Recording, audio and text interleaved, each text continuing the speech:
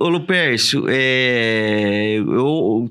ouvi por aí falarem sobre a questão das gramíneas, ou algumas delas, serem hospedeiras dos xenóforos.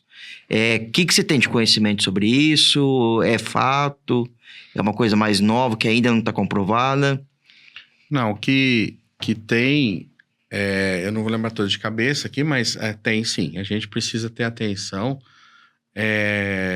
porque ele tem preferência pela cana, sem dúvida alguma. Se eu tiver a cana no local, ele vai se alimentar e se reproduzir na cana. Sem dúvida alguma, ela é preferencial.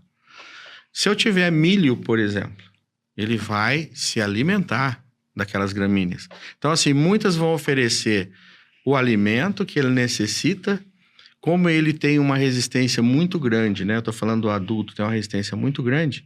Se ele não se alimentar, ele consegue passar um período muito longo até esperar a volta do meu preferido alimento, cana. Só que se eu tiver outras plantas daninhas e milho, o milho, por exemplo, eu tô citando milho porque é clássico, né? Aí, se a pessoa se alimenta esse bichinho duradouro da forma como ele é, eu consigo ainda alimentá-lo fora da época da cana, né? E eu faço uma ponte de transição muito grande para ele, né? Então, muitas vezes ele não precisa desse recurso, é verdade, porque ele hiberna, ele baixa o metabolismo dele, ele vai para as matas, geralmente, também. A gente tem abundância, né, de várias plantas daninhas, ou várias plantas, na verdade, que às vezes muitas não são daninhas, e ele consegue baixar o metabolismo e ficar ali esperando a volta daquela cultura cana para ele poder... É a lei da sobrevivência, né? Ele tá sobrevivendo. A natureza nos traz esse negócio. E ele tem um poder de hibernar muito forte. E isso acontece. Mas tem sim, tem plantas, nós precisamos estudar isso com mais detalhes. Por isso que eu falo, a gente precisa, e eu estou vendo um movimento que está acontecendo, né? Eu falo assim, a gente teve e tem um investimento de instituições, né, que nos apoiam, as partes mais científicas do processo, né? Nas universidades, eu vejo assim, muitos projetos que incluem a soja, por exemplo. Porque nós temos... O Brasil virou um celeiro de soja, né? Soja. De norte a sul do país, né? Planta soja, só não planta soja na Amazônia. Mas a gente vê, é uma cultura importantíssima, é uma cultura de muito interesse. A gente vê muitos projetos financiados para desenvolvimento, para estudar doença, para estudar praga. Isso é muito bom. Só que eu não vejo esse movimento para cana, né? Um estudo mais científico, por exemplo. Quais são as plantas daninhas? Onde que ele realmente se alimenta? Porque o mundo dele mudou. A gente tem poucos dados recentes no sentido científico da praga. A praga mudou o ambiente dela, né? Nós sabemos disso nos últimos 20 anos. Mas agora eu estou vendo algum movimento nesse sentido, estou muito contente por isso, porque eu acho que tem muito a que a gente melhore os nossos manejos em função dos nossos conhecimentos. Sim. E isso eu estou vendo agora acontecer um pouco na Unesp de Jaboticabal, a gente já vê, eu já conversei um pouco sobre isso, e espero que a gente tenha em outras universidades, outras pesquisas, outros pesquisadores, trazendo mais pesquisas básicas para que nós possamos associar isso aos nossos manejos. Isso eu tô vendo. Mas, assim, é verdade que tem alimentação. E se não tivesse, já era um problema, porque o bichinho hiberna. Mas tem, sim. Uma lavoura de milho perto, que não é um problema, mas ele se alimenta. E Lupercio, pegando aí o gancho nessa parte do esfenófilo se alimentar ali de outra planta, cana sobre cana, esquece. Exatamente. Cana sobre cana em área de esfenófilo, esquece. E aí eu volto naquele ponto, né? O fornecedor, o produtor de cana, ele tem mais cuidado, eu acho, um pouco do que pega a parte das usinas e tudo mais. Que a usina é aquele turbilhão de coisa, né? Você entra ali, você tem que plantar, tem que entregar, tem que plantar.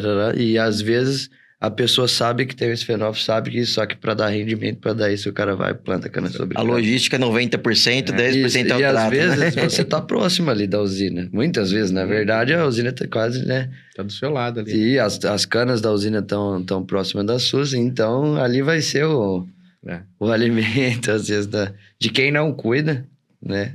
Também é o lugar dela se hospedar. Né? Os colegas que trabalham em usinas, nossa, eu acho que são heróis. São heróis, são verdadeiros heróis. São verdadeiros heróis, porque as pressões são muito grandes, a gente sabe que o sistema cobra coisas e de entrega de cana. A gente brinca muito, né? Tem que ter cana na moenda, né? Tem que estar moendo cana. Então eu não posso deixar faltar essa cana lá. E eles passam muito por isso. E muito os planejamentos muitas vezes não são tão antecipadamente, né? Outra coisa que eu vejo com os nossos colegas que trabalham nas usinas é que eles têm uma preocupação, tem que ter uma preocupação muito grande com tudo que acontece na usina, né? A fazenda, quando você é produtor só, você não tem uma indústria ali te cobrando. Você não tem uma pressão dentro ali do processo. Sim. Você fornece a cana, você tem um contrato, você tem isso. Mas a pressão é que ali o patrão é o mesmo, né? Então a pressão é muito forte. E eu falo assim, quantas vezes aquele responsável... Vamos pegar assim, o cara é responsável pelos tratos. Tá bom, ele é responsável pelo trato. Quantas vezes ele passou naquele talhão? Mas, cara, ele tem 30, 40, 50 mil hectares de cana para cuidar. Os dias do meu ano é igual ao dele. As férias nossas são iguais. Aí ele vai trabalhar. Muitas vezes ele não consegue ir lá várias vezes, como é o certo. Como, às vezes, o produtor passa todo dia na área dele, né? Depende do tamanho do produtor. Mas se ele for um produtor pequeno, muitas vezes ele passa todo dia. Então, esse é um grande desafio, né, dos nossos colegas que trabalham nas indústrias e que têm que cobrir isso. E muitas vezes o clima não ajuda, e muitas vezes ele tem que pensar a mecanização, ele tem que pensar o controle da praga, ele tem que cuidar da doença. A gente que trabalha numa empresa, indústria química, né, a gente pensa que, por exemplo, eu penso em xenófilos há muito tempo, ou planta daninha, o tempo meu é esse.